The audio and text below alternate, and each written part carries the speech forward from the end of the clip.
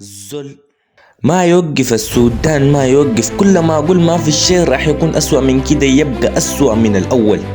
أول شيء غيرنا العاصمة أوائل البلاد من يفعلها قبل 100 عام، وتاني غيرنا علم السودان مرتين في 70 عام، برضو من أوائل البلاد من يفعلها قبل 200 عام. بس من لا يعرف قصة تغيير العالم يرجع للمقطع قبل هذا. بس خلينا في موضوعنا اليوم الكلام اللي راح تسمعونه ما يصدق ولا يتخيله عقل إنسان طبيعي، وبتقولوا لي كاذب. حتى أنا لو كنت مكانكم حقول إني كاذب، بس لكن حاضع وثائق مثل الإعلام لتصدقوا. اليوم راح نتكلم على الساحر اللي تفوق على سحرة فرعون، والشيء لم يحصل أبدا في تاريخ البشرية كاملة، لكن حصل في السودان. تحصل فيها المصائب من كل مكان وعبر الزمان. هذا الساحر يقولون عنه إذا صافحت عليه بإيدك راح تفقد جزء من الأعضاء التناسلية وأهم عضو في الرجل. خلينا نخش في المقطع.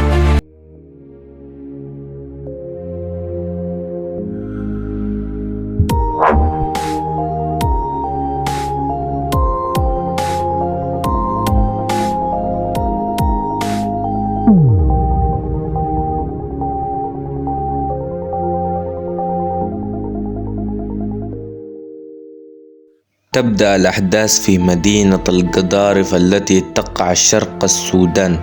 انتشرت إشاعة عن ساحر بصافحك تفقد أعضائك التناسلية.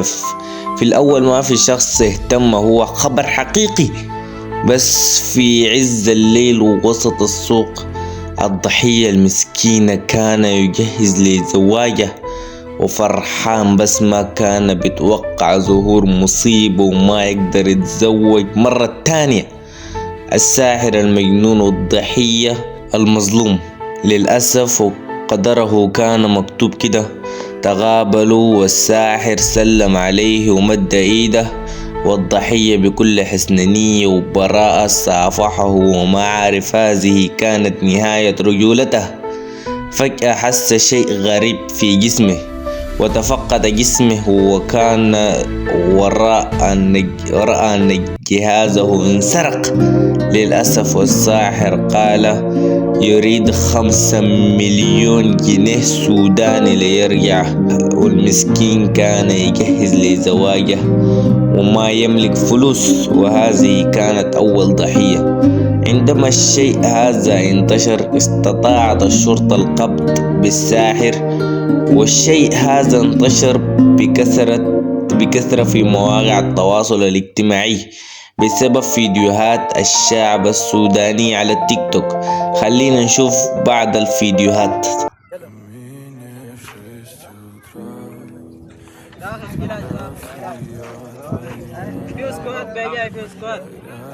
تعال نازل تعالوا سكواد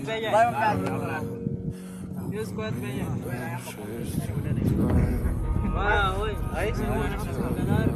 كيف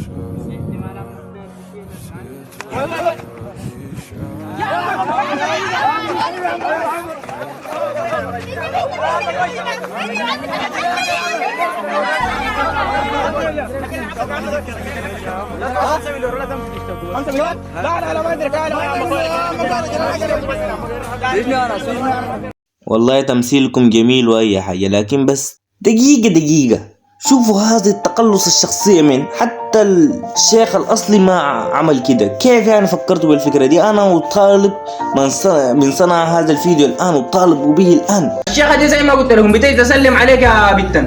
البنات اعمل الحساب كده. اوه شيت، ما تقول لي حتى البنات لا.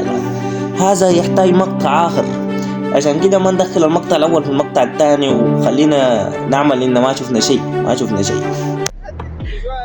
سلم يا عبد الله قاعد.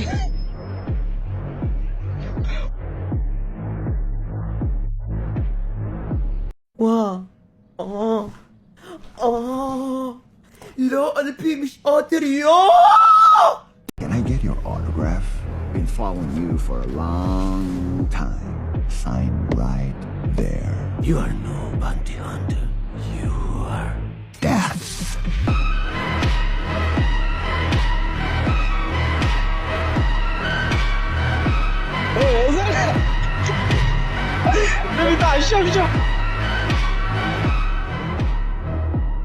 تاج جميل على الآخر. اختصرت لي فيديوهات كثيرة، شكرا لك، واختصرت لي وقت بتاع الدبلية.